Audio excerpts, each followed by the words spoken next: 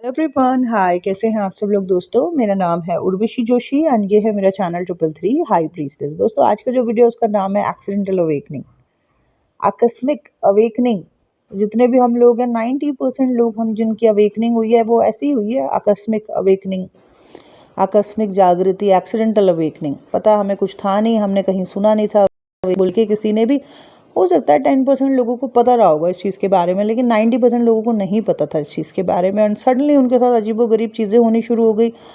And जब उन्होंने search किया, थैंक गॉड कि यूट्यूब का ज़माना है और इंटरनेट इतना फ्री है, सस्ता है, तो जो है सभी ने अपने सर्च करने की कोशिश करी। और फिर जो भी अच्छे बुरे उटपटांग वीडियोस जो हमारे पास आए मिक्स टाइप के, तो वहाँ से लोगों को थोड़ा थोड़ा समझ आना शुरू हुआ कि अच्छा, इसको जो है अवेकनिंग प्रोसेस कहते हैं। उसमें भी एक्चुअली में वो सर्च करने वाला जो हमारा एक समय था शुरू में, वो काफ़ी ज़्यादा बर्बाद हुआ है। रात रात तक बैठ के वीडियोस देखे, समझ नहीं आ रहा शुरू में कि कौन क्या बोल रहा है, बोलना क्या चाह रहा है। कोई कुछ बता रहा है, कोई कुछ बता रहा है। जैसे कि ट्विन फ्लेम के थ्रू या स्पिरिचुअल कनेक्शंस के थ्रू जो अवेकनिंग जिन लोगों की हुई, उसमें तो ज़्यादातर जो लोग गाइड करते हैं वो ज़्यादातर यही बताते हैं देश विदेश से कि भाई तुम्हारा अल्टीमेट गोल जो है इस व्यक्ति को प्राप्त करना है। जबकि ऐसा बिल्कुल भी नहीं है, ऐसा बिल्कुल भी नहीं है। स्पिरिचुअल कनेक्शन के थ्रू अवेकनिंग हुई है, बाकी लोगों की और तरीके से भी अवेकनिंग हो सकती है, बट शायद आपके स्पिरिचुअल कनेक्शन के थ्रू अवेकनिंग होनी थी। आपने सीखना था, आपने उसके थ्रू जागृत होना था, आपने उसके थ्रू ट्रिगर होना था, उसके थ्रू आपके सरफेस पर आने थे इशू। अब यहाँ पे तो बस बंदे को जो है, पर्सन को खुद के ऊपर काम करना है। बट क्योंकि बहुत ज़्यादा देश विदेश से ऐसे वीडियो जहाँ पे ये सिखाया जाता है कि नहीं, चाहे वो कुछ भी कर रहा है आपने उसको स्वीकार करना है, नहीं आपने बस उसको, आपका अल्टीमेट गोल है कि उसको प्राप्त करना है। अब बड़ी इंटरेस्टिंग सी चीज़ें मेरे पास निकल के आती हैं। ठीक है, कुछ जवान बच्चे हैं और उनके जो ट्विन है वो भी अनमैरिड, ये भी अनमैरिड, तो यहाँ पे क्या होता है, पॉसिबिलिटी है यहाँ पे जो है रोके और शादियाँ भी हो रही हैं, नो डाउट। पर कुछ केसेस अलग हैं। कुछ केसेस में ऐसा है कि वो दोनों मैरिड हैं या फिर एक मैरिड है, एक अनमैरिड है। सो अनमैरिड पर्सन को लग रहा है कि ये क्या, शादीशुदा बंदे की तरफ मुझे नेचुरल डिज़ायर हो रही है। कुछ केसेस में जो है उम्र में बड़ा वो है, एक 60 साल है तो एक 40 साल की है। जैसे मेरी एक क्लाइंट आई थी, वो मुझे बता रही थी कि मेरा ट्विन जो है 20 साल मेरे से बड़ा है। तो उन्होंने बताया कि वो 60 ईयर्स के करीब हैं और वो जो है 40 ईयर्स की हैं। तो ऐसे भी लोग बता रहे हैं। एक इससे भी बहुत ही बड़ा केस निकल के आया मेरे पास, जिसमें कि वो लेडी मुझे बता रही थी कि वो आई थिंक 42 या 43 ईयर्स की हैं और वो ये कह रही थी कि उनका ट्विन 8th स्टैंडर्ड में पढ़ता है। और उन्होंने बोला कि मैडम, ये जो ट्विन फ्लेम के चैनल्स में बताते हैं लोग कि ये होता है, वो होता है, नंबर ऐसी बहुत खिंचाव होता है, ये होता है, वो होता है, उन्होंने मुझे बताया कि 8th स्टैंडर्ड के बच्चे के लिए उनको हो रहा है। सोचो आप। तो अब कहने ही क्या मतलब। तो ऐसे केसेस में कैसे, मतलब कैसे बोलें कि अल्टीमेट गोल जो है भाई साहब फेरे लेने का है। अल्टीमेट गोल फेरे लेने का नहीं है। वो बात अलग है कि कुछ लोगों की शादियां भी होती हैं, बट शादी के बाद भी उनको बड़े स्ट्रेस और तकलीफ़ें होती हैं, और जब तक कि वो खुद के ऊपर काम नहीं कर लेते वो हमेशा पेन और दुख में ही रहते हैं। जैसे मेरे पेरेंट्स रहे और मेरे फादर जल्दी एक्सपायर हो गए। तो अगर वो लोग खुद पे काम नहीं करते, पूरा ज़िंदगी लड़ाई झगड़े, नौटंकी, लड़ाई तमाशा, एक्स्ट्रा मैरिटल अफेयर, इन्हीं चीज़ों में, ड्रामे में लाइफ बीत जाती है। बट अगर वो लोग काम करते हैं तो दोनों मिलके फिर आगे डेफिनेटली जब वो अपने बेस्ट वर्जन बनते हैं तो परमात्मा उनको कोई ना कोई ऐसी अपॉर्चुनिटी देता है। अपने आप से नहीं खोजनी पड़ती उनको कि आओ हम मिलके कोई चैनल स्टार्ट करें, ऐसा नहीं होता। परमात्मा उनको किसी बड़े कार्य से जोड़ देता है दोनों को। समाज के लिए ऐसी पॉसिबिलिटी बनती है उनकी लाइफ में कि अपने आप से कि समाज के लिए वो बहुत बेहतरीन काम साथ में मिलके कर सकें। उन्हें ढूंढना नहीं होता कि चलो एक चैनल बना लें या एक पेज बना लें ना, ऐसा नहीं होता। अपॉर्चुनिटीज़ खुद आ रही होती है उनके पास। भगवान मानो खुद खोल रहे हैं दरवाजे उन दोनों के लिए कि तुम्हें मिलके अब हमारे लिए इस संसार में काम करना है यहाँ पे इस तरीके से। और ऐसे बहुत है दुनिया में। अगर लेकिन वो लोग ऐसे नहीं बोलते कि हम ट्विन फ्लेम है, हम DF हैं, DM है, ऐसे नहीं बोलते। उनको पता भी नहीं है, वो बस काम कर रहे हैं। तो जैसे मैंने अभी आपको बताया थोड़ी देर पहले कि मेरे पास अलग अलग प्रकार के लोग आते हैं। कोई 60 साल का है तो बोल उसकी जो 20 साल की है, 20 साल का डिफरेंस है। कोई 50 का है तो कोई 40 की है उसकी पर्सन पार्टनर। कोई मैरिड है, अनमैरिड है, पता नहीं कैसे कैसे केसेस दुनिया भर के हैं। कोई 40-42 साल की है तो बोल रहा है कि 8th स्टैंडर्ड में मेरा ट्विन है, बताओ। और वो मुझे ये भी कह रही थी कि मैंने टैरो कार्ड रीडिंग करवाई मैम, तो टैरो कार्ड रीडर ने भी बोला कि yes he is your twin. सोचो आप क्या चल रहा है। Twin flame is a spiritual connection. अगर हम भगवान शिव और माँ पार्वती की भी बात करते हैं तो ये उनका जो मिलन हुआ ये कोई एक जन्म की यात्रा नहीं थी, कई जन्मों में, है ना। पहले वो सती में भी साथ में, जब वो सती थी माँ पार्वती तब भी, है ना, तब भी वो थे, फिर अगले जन्म में, तो जन्मों की यात्रा है ये तो। और जिस शायद जन्म में प्योरेस्ट वर्जन, उस जन्म में वो एक होंगे। इसमें ये कोई नहीं है कि इसी जन्म में हमें उसको पाना है, या कोई आपको चैनल वाला बोल रहा है तो आप पागल हो रखे हो कि हाँ जी हमें पाना है। ऐसा नहीं है। थोड़ा अपनी इंट्यूशंस को फॉलो करो, वॉइस को फॉलो करो। जब बाहर की आवाज़ों को सुनना बंद होगा तब अंदर की आवाज़ से जुड़ पाओगे, इनर गाइडेंस से जुड़ पाओगे, और तब सही समझ आएगा कि एक्चुअली में है क्या ये कनेक्शन। पर वही वाली बात है, मेजॉरिटी ऑफ पीपल जो है भटकाने वाले हैं, थोड़े से ही लोग हैं जो सही रास्ते पे जाने वाले हैं। बट जैसे कि सही रास्ते पे जाने वाले लोगों की तादाद कम है और गलत के पीछे चलने में मज़ा आ रहा है ना। शुरू में तो भी आता है, बाद में फिर तकलीफ़ें होती हैं। जैसे किसी को रसगुल्ले पसंद है तो वो बार बार रसगुल्ले में गुलाब हमारा जलेबियाँ खा रहा है, मुझे अच्छा लगता है, और एंड में क्या हो रहा है, शुगर डायबिटीज़ हो गया। फिर क्या है, फिर हो गया ना काम तमाम, कभी भी न खाने के लायक रह गया इंसान। सो द पॉइंट इज़ कि अवेकनिंग जर्नी के अंडर ही आता है ट्विन फ्लेम जर्नी। और ट्विन फ्लेम्स की पता नहीं कितने जीवन की यात्राएं हैं, और हर जन्म में वो मिलते हैं, ट्रिगर होते हैं, थोड़ा बहुत अपने ऊपर काम करते हैं, किसी लाइफ टाइम में काम नहीं भी कर पाते होंगे हर जन्म में। आई थिंक जिस लाइफ टाइम में वो अपने प्योरेस्ट वर्जन में होंगे, आई थिंक उस लाइफ टाइम में उनका जो है मिलन होगा। बट ये जर्नी अवेकनिंग के अंडर ही आती है, ये कोई अलग सी नहीं है। और इस जर्नी में बहुत ज़्यादा लोगों को भी फॉलो करने की ज़रूरत नहीं है। यहाँ पे ईश्वर खुद ही आपके गुरु हैं, आपने सिर्फ अपने अंतरात्मा की आवाज़ सुननी होती है। और हम जैसे लोग, अगर मैं यहाँ पे बोल रही हूँ तो मैं किसी को फोर्स नहीं कर रही कि सुनिए आपने चक्रा करने हैं, सुनिए आपने मेडिटेशन करनी है। मैं हमेशा बोलती हूँ अपने क्रिएटिव साइड को फॉलो करो एंड अवेयरनेस में रहो। ये मेरा एक्सपीरियंस है, इसलिए ये मैं शेयर कर रही हूँ। किसी को फोर्स नहीं कर सकते हम कि सुनो तुमने यही करना है, सुनो तुमने यही करना है, मैं बहुत बड़ी एक्सपर्ट हूँ या मैं बहुत बड़ा एक्सपर्ट हूँ, ऐसा नहीं। और जो लोग ऐसे लोगों को फॉलो करते हैं कि जो उनको कुछ सिखाने की है, वो बिल्कुल अंधे हो रखे हैं इस वक्त।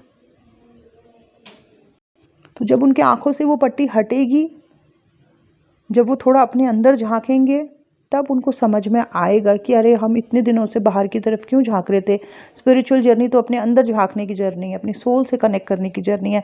मैंने अपने अंदर के गुरु से कनेक्शन नहीं बिठाया और मैं बाहर इतना भटक रही थी या भटक रहा था। सो आई होप जो लोग भटक रहे, आई होप उनको मदद मिल सके। एटलीस्ट रीयूनियन, बाहर का रीयूनियन तो पता नहीं कौन से जन्म में होगा कि कब होगा, पर खैर बैलेंस तो कम से कम उन लोगों को मिले इस लाइफ टाइम में। तो खैर हम बात कर रहे थे एक्सीडेंटल अवेकनिंग के बारे में। तो बहुत सारे लोगों की अवेकनिंग, कोई बड़ा लॉस हो गया, एक्सीडेंट हो गया, कोई अपना बहुत करीबी दुनिया से चला गया, या फिर जैसे अब वाले लोग बोलते हैं कि कोई पर्सन उनको मिल गया या उनकी लाइफ में ब्रेकअप हो गया, तब उनकी अवेकनिंग हुई, है ना।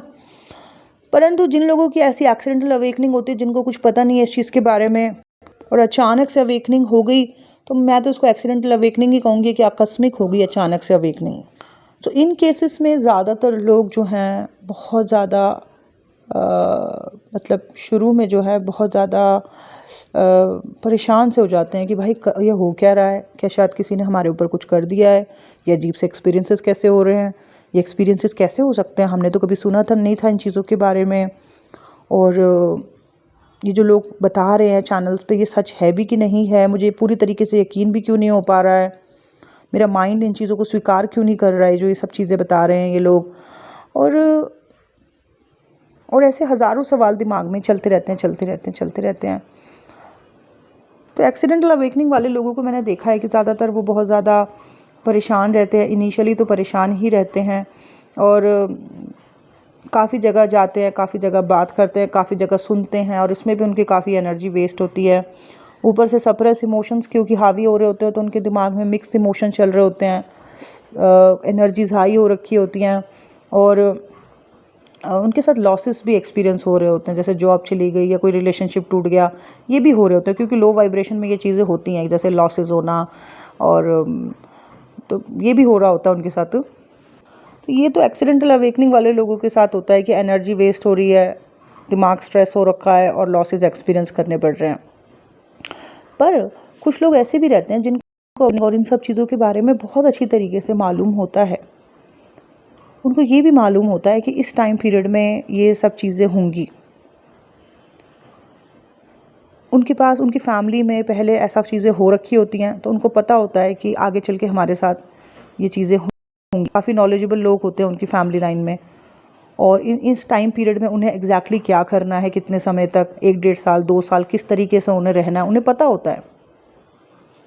उनके पास मेंटर्स होते हैं, काउंसलर्स होते हैं, गुरु होते हैं। तो इन लोगों को दिक्कत नहीं होती, इनको सारे पग पग पे पता है कि क्या क्या करना है। इसके अलावा कुछ लोग ऐसे भी होते हैं जो साधना मार्ग से खुद को अवेकन करते हैं, जिनको कि अवेकनिंग के बारे में पहले से ही पता है कि अवेकनिंग एक चीज़ कुछ होता है, और वो किसी गुरु के मार्गदर्शन में जो है साधना मार्ग से जो है खुद को अवेकन करते हैं, और हर स्टेप पे उनको गुरु की तरफ से, जो उनका मेंटर होता है, उनकी तरफ से उनको गाइडेंस मिलती है, कैसे ऑरा प्रोटेक्ट रखनी है, कैसे माया में नहीं फंसना है, कैसे अपने सप्रेस इमोशंस को रिलीज़ करना है, कितने कितने घंटे ध्यान करना है, सब उनको पता होता है। तो वो 1.5-2 साल लगा के अपने आप को पूरा फ्रेश कर देते हैं पूरा। तो ये तो वो लोग हुए कि या तो जिनकी फैमिली लाइन में पहले हो रखा है, उनको नॉलेज है काफ़ी, जैसे मेरी फैमिली में थोड़ा बहुत 50% नॉलेज था इस चीज़ के बारे में। तो जहाँ मैं बिल्कुल ही मतलब वो हो गई थी, वहाँ पे मुझे मेरी फैमिली की तरफ से पता चला कि इस टाइम पीरियड में अगर खुद को थोड़ा सेव करना है, बचाना है, तो क्या करना है। तो वहाँ मुझे थोड़ा सा हेल्प मिल गई, क्योंकि फैमिली लाइन में पहले भी हुआ है, बट स्पिरिचुअल वाला उनको नहीं पता था, बट 50% चीज़ें उनको पता थी थोड़ी सी। और ये जो हम साधना मार्ग वाले लोगों को देखते हैं जो अवेकनिंग के लिए ट्राई करते हैं गुरु के अंडर, तो इनको तो काफ़ी कुछ पहले से ही पता है। बट हमारे जैसे लोग जिनको कि शुरू में नहीं पता था ये सब चीज़ें कि इस तरीके से सिंक्रोनिसिटीज़ होती हैं 4D कॉन्शियसनेस में, या सप्रेस इमोशंस सरफेस पर आते हैं, या लॉसेस एक्सपीरियंस करने पड़ते हैं, या बिल्कुल ही बंदा जो है फिर से उसको रीस्टार्ट करना पड़ता है, ये सब हमें पता ही नहीं था। मिक्स इमोशंस दिमाग पे हावी हो रहे होते हैं, पता ही नहीं था ये सारी चीज़ें। तो हमारे जैसे लोगों को बड़ा स्ट्रगल करना पड़ता है। तो अगर आप में से भी, जैसे अभी मेरी 2017 में अवेकनिंग हुई थी, सिंक्रोनिसिटीज़ और पता नहीं क्या क्या दुनिया भर की चीज़ें सब, तो अब मैं बता सकती हूँ कि अगर आप में से किसी की एक्सीडेंटल अवेकनिंग हो, तो कौन सी 2-3 चीज़ें हैं जो आपको ध्यान में रखनी है। फर्स्ट तो यही है कि एक डिसिप्लिन लाइफ जीनी है आपने इस टाइम पीरियड में, ठीक है। पूरी मतलब अगर आपका सिंक्रोनिसिटीज़ और ये सब कुछ होना शुरू हो गया है, और सारे मिक्स इमोशंस आपके ऊपर हावी हो रहे हैं, और आपको समझ में आ गया है कि जो आपके साथ हो रहा है इसको अवेकनिंग का प्रोसेस कहते हैं। तो इस प्रोसेस में आपको जैसे मालूम होगा कि जैसे समुद्र मंथन हुआ था, विष निकला था, तो शुरू में डेफिनेटली विष ही निकलेगा, आपके अंदर का सारा जहर निकलेगा, सारे दर्द, दुख, पेन सब निकलेंगे पहले के, वो पुराने दबे हुए। तो पहले तो आपको अपना एक डिसिप्लिन रूटीन बनाना है, एक हाई वाइब्रेशनल रूटीन बनाना है फर्स्ट ऑफ ऑल, ठीक है। हर इंसान अलग अलग है, उसकी चॉइसेस अलग अलग है, उसको अलग अलग लोगों को अलग अलग चीज़ों को करने से हाई और हैप्पीनेस फील होती है। तो आपको जो भी 2 से 3 चीज़ें अच्छी लगती हों, उनका आप एक बनाएं रूटीन, और उसके साथ आप अपना जिए उस डिसिप्लिन या हाई वाइब्रेशनल रूटीन के साथ। जो है वो ये है कि हो सके तो कोई अच्छा टीचर, गुरु, काउंसलर ऐसा जो कभी इस यात्रा से निकल चुका हो, जिसको इस चीज़ के बारे में बहुत नॉलेज हो सके तो आप उसके मार्गदर्शन में रहें। कई लोग इस टाइम पीरियड में किसी आश्रम में चले जाते। अगर आप आश्रम नहीं जा सकते हो, अपना लाइफ आपकी ऐसी है कि आप आश्रम में जाके नहीं कर सकते हो, तो आप किसी ऐसे मेंटोर से जुड़ो जो कि इस यात्रा को पूरी तरीके से जी चुका हो, जो बैलेंस हो। ज़्यादातर लोग क्या करते हैं, वो जैसे खुद है वैसे ही उनके मेंटर्स होते हैं, मतलब खुद भी वो डिज़ायर में हैं, तड़प रहे, उनके मेंटर्स भी डिज़ायर वाले ही होते हैं, तड़प रहे होते हैं। तो भाई जब तुम अपने जैसों के साथ रहोगे तो वो तुम्हें कैसे गाइड कर देंगे। आपने अपने से बहुत ऊपर वाले के साथ जुड़ना है, जो आपको बैलेंसिंग तक तो लेके जाए कम से कम। ठीक है, मतलब शराबी ने शराबी को नहीं चूज़ करना है, समझ रहे हो, ऐसे को चूज़ करना है जो आपको इस चीज़ से तो ऊपर लेके जाए कम से कम। तो कोई ना कोई एक अच्छा काउंसलर, गुरु, कोई भी जो आपको लगता है कि कमाल का है, उसको भी हर वक्त आपने परेशान नहीं करना। कोई भी जो आपको बेस्ट लगता है, जो लगता है आपको कि इस यात्रा से निकल चुका है और हील और बैलेंस है, तो आप उसके मार्गदर्शन में कि भाई मुझे बताओ, जैसे 4 महीने 3 महीने में एक बार पूछ के कि अब आगे मुझे क्या करना चाहिए, या पिछले दिनों जो है मैंने ये चीज़ें एक्सपीरियंस करी, तो अब अभी तक का ये है और आगे मुझे किस तरीके से बढ़ना है, आप मुझे बताएं। तो उनके मार्गदर्शन में भी, क्योंकि ज़िंदगी में हमेशा ही गुरु की ज़रूरत है। जब हम पैदा होते हैं हमें माँ बाप के रूप में गुरु मिलते हैं, स्कूल जाते हैं टीचर के रूप में गुरु मिलते हैं, ऑफिस जाते हैं वहाँ हमारे ट्रेनर्स, हमारे गुरु। तो ज़िंदगी में गुरु की ज़रूरत हर जगह पे है। गुरु वो है जो हमें डार्कनेस से लाइट की तरफ लेके जाता है। सो दूसरी हो गई ये चीज़, ठीक है। पहला था डिसिप्लिन रूटीन, सेकंड है किसी काउंसलर या किसी गुरु के मार्गदर्शन में, या हो सके तो किसी आश्रम में कोई बेस्ट हो, जैसे सदगुरु का आश्रम है ना, ईशा फाउंडेशन, या कहीं बेस्ट जगह जाके आप अपने आप को हील करके अपने रिलीज़ करके आएँ। थर्ड जो मैं गाइड करूँगी वो बहुत इंपॉर्टेंट है और उसको आप ध्यान से सुनना। वो ये है, आपने इस टाइम पीरियड में जब आप अवेकनिंग के प्रोसेस में आएंगे, उस टाइम पीरियड में आपने एक तो अपने माइंड को पॉजिटिव रखना है, और अगर माइंड पॉजिटिव हो नहीं पा रहा है तो पॉजिटिव अफर्मेशंस करनी है, ठीक है। कि जब हमारे ग्रह कमज़ोर होते हैं तब ज़्यादातर हमारी अवेकनिंग होती है। जब हमारी ग्रह कमज़ोर होते हैं, अवेकनिंग उस टाइम पीरियड में ही होती है जब काफ़ी ग्रह वैसे चल रहे हो हमारे ख़राब। या इस टाइम पीरियड में होता क्या है कि ना, हमारी साइकिक कॉर्ड्स बड़ी जल्दी जल्दी लोगों के साथ जुड़ती चली जाती है। जब हमारी ऑरा कमज़ोर हुई रहती है, यानी कि जब ग्रह कमज़ोर हुए रहते हैं, ऑरा कमज़ोर हुई रहती है, तो बड़ी जल्दी हम किसी की भी एनर्जी से कनेक्ट हो जाते हैं। तो जैसे आपने महसूस किया होगा कि जैसे किसी से आप बात कर रहे हो तो बाद में आपको एकदम से महसूस हो रहा है जैसे वो आपको याद कर रहा है, तो आपको एकदम से महसूस हो रहा है। ये क्यों हो रहा है? क्योंकि आपकी ऑरा कमज़ोर है और बहुत जल्दी आपकी साइकिक कॉर्ड्स किसी से भी जुड़ रही हैं। तो इस टाइम पीरियड में बहुत इम्पॉर्टेंट होता है कि आपने कम से कम मतलब जो लो वाइब्रेशनल लोग हों उनसे दूर रहना है, ठीक है। नहीं तो आप उनके कलेक्टिव कॉन्शियसनेस से या कलेक्टिव सबकॉन्शियस से जुड़ जाओगे। फिर होगा क्या, जिन भी सर्कल से आप जुड़े हुए हो उनके जो, जैसे मानो आप हर वक्त रो रहे हो कि मेरे पर्सन ने मुझे रिजेक्ट कर दिया, मैं तो किसी लायक ही नहीं हूँ या किसी लायक ही नहीं हूँ, और आप हर वक्त सोचे जा रहे हो। और आपके सर्कल्स में भी ऐसे लोग हैं जो उनकी स्थिति ऐसी ही है, या यूट्यूब पे भी आप ऐसे लोगों को फॉलो कर रहे हो जो हर वक्त रो रहे हैं इन सब चीज़ों को लेके। तो आपका दिमाग जो है उनकी कलेक्टिव कॉन्शियसनेस से जुड़ जाएगा बहुत स्ट्रांगली। फिर होगा क्या कि ये जो जिन लोगों से आपका माइंड जुड़ा हुआ है, साइकिक कॉर्ड्स जुड़ी हुई हैं, फिर उनके थॉट्स आपके दिमाग में डाउनलोड होंगे। मतलब यहाँ आप गंदा नहीं सोचना चाह रहे हो, आप नेगेटिव नहीं सोचना चाह रहे हो, पर क्योंकि वहाँ आपका जो जुड़ा हुआ है कॉर्ड, साइकिक कॉर्ड्स, वहाँ अगर वो लोग गंदा सोच रहे हैं, लो वाइब्रेशनल सोच रहे हैं, सुसाइडल थॉट्स उनके माइंड में आ रहे हैं, तो आपके दिमाग में वैसे थॉट्स डाउनलोड होंगे। So it's very important point, ठीक है। सो इस टाइम पीरियड में आपने कोशिश करनी है कि अच्छी किताबें पढ़नी है, अच्छे लोगों के संपर्क में रहना है, हाई वाइब्रेशनल लोगों के संपर्क में रहना है, नई चीज़ें सीखनी है, जैसे एस्ट्रोलॉजी सीख ली या कुछ और शाम के टाइम पे स्पेशली 6 से 10 के टाइम में कुछ भी ऐसा नहीं देखना है सेंसिटिव जिससे कि आपके दिमाग पे उस चीज़ का ज़्यादा असर पड़े, ठीक है। तो ये 2-3 चीज़ें थी। एक तो गुरु या काउंसलर का गाइडेंस ज़रूर होना चाहिए, क्योंकि गुरु का रोल बहुत बड़ा है इस कहानी में, इस अवेकनिंग के प्रोसेस में। सेकंड इज़ डिसिप्लिन रूटीन होना चाहिए, and third is collective consciousness, low vibrational collective consciousness से या सबकॉन्शियस से बच के रहना है आपने। नहीं तो उनके थॉट्स अगर डाउनलोड होंगे तो दिमाग में बहुत गलत बातें चलेंगी। जो जैसे मानो अगर आप में से कोई अपने बारे में लो सोचता है हर वक्त, और आप ऐसे ही ग्रुप से जुड़े हुए हो, ऐसे सर्कल से जुड़े हुए हो, ऐसे व्हाट्सएप ग्रुप से जुड़े हुए हो, ऐसे चैनल्स को फॉलो करते हो, ऐसी जगह कमेंट्स पढ़ते हो, तो होगा क्या, जैसे उनके थॉट्स नेगेटिव होंगे, उनको घबराहट होगी, तो आपको भी घबराहट होगी, आपको भी बेचैनी होगी, आपके दिमाग में भी गंदे गंदे थॉट्स चलेंगे, अपने आप को लेके नेगेटिव थॉट्स चलेंगे, सुसाइडल थॉट्स चलेंगे। तो इससे पहले ये कभी नहीं करना, ठीक है। इस टाइम पीरियड में अवेकनिंग के प्रोसेस में ज़्यादातर शांत रहना होता है, और हाई वाइब्रेशनल लोगों के संपर्क में रहना होता है और हाई वाइब्रेशनल प्रैक्टिसेस में भी रहना होता है। जितना ज़्यादा इस टाइम पीरियड में जितना भी है, या आपकी चार्ट के हिसाब से 2-3 साल जितना भी लिखा हुआ है ये समय, उतने समय तक तो एटलीस्ट आपने अपने आप को शांति में रखना है, या तो फिर हाई वाइब्रेशनल प्रैक्टिसेस में रखना है, या तो फिर हाई वाइब्रेशनल लोगों के संपर्क में रखना है। उससे होगा क्या, उससे आपके अंदर का जो विश है वो भी रिलीज़ हो जाएगा, है ना, और एक तरीके से आप जो है फ्रेश स्टार्ट कर पाओगे आगे की ज़िंदगी। 30 से 33 साल के बीच में ज़्यादातर लोगों की अवेकनिंग होती है।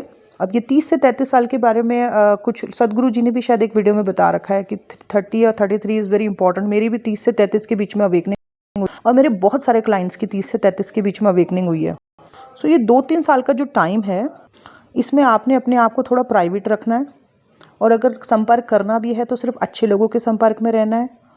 और अगर दिमाग में कोई नेगेटिव थॉट्स आ रहा है तो तुरंत पॉजिटिव अफर्मेशन या कोई पॉजिटिव मंत्र चैंट करना है, और नेगेटिव सर्कल से तो बिल्कुल दूर रहना है, नहीं तो आपको उनकी तरफ से बहुत ज़्यादा एनर्जी रिसीव होगी। बड़े सारे लोग जो मेरे पास आते हैं बोलते हैं बहुत घबराहट हो रही है, बहुत तकलीफ़ हो रही है, उनको लगता है कि उनके पर्सन की एनर्जी है। नहीं, थोड़े से उनके सप्रेस इमोशंस होते हैं, बट ज़्यादा जो होता है वो ये होता है कि उनका कलेक्टिव कॉन्शियसनेस से कॉर्ड जुड़ा हुआ है। कल मैं एक हीलिंग सेशन कर रही थी एक लड़के का, शुभम का, तो उसको बेचैनी हो रही थी। तो मैंने उसकी जब खोल के देखा उसके सबकॉन्शियस को, और उसने भी मैं देखा, तो उसको क्या दिखाई दे रहे हैं, बहुत सारे लोग बैठे हुए हैं जो एक प्रोग्राम को सुन रहे हैं। वो कह रहे हैं ये सब कौन है मैम, इतने सारे लोग। तो मैंने उसको पूछा तुम किसी यूट्यूब चैनल को फॉलो करते हो ऐसे, या उसने बोला हाँ इंस्टाग्राम पे फॉलो करता हूँ। तो ये वहाँ जो कमेंट्स पढ़ना, वहाँ की एनर्जी से इसने टैप इन कर रखा था, तो इसलिए इसको इतनी बेचैनी हो रही थी। बेचैनी, डोपामिन बढ़ जाता है अंदर का, लस्ट एनर्जी बढ़ जाती है, क्योंकि कलेक्टिव कॉन्शियसनेस की अगर एनर्जी लस्ट वाली है तो आपके अंदर लस्ट एनर्जी बढ़ जाएगी। उनके अंदर चिड़चिड़ापन बढ़ा हुआ है तो आपके अंदर, उनके अंदर सुसाइडल थॉट्स आ रहे हैं तो आपको भी वैसे ही फील होंगे। सो बच के रहना है इस टाइम पीरियड में, ठीक है। ये था मेरा आज का video. Thank you so much, bye bye, take care.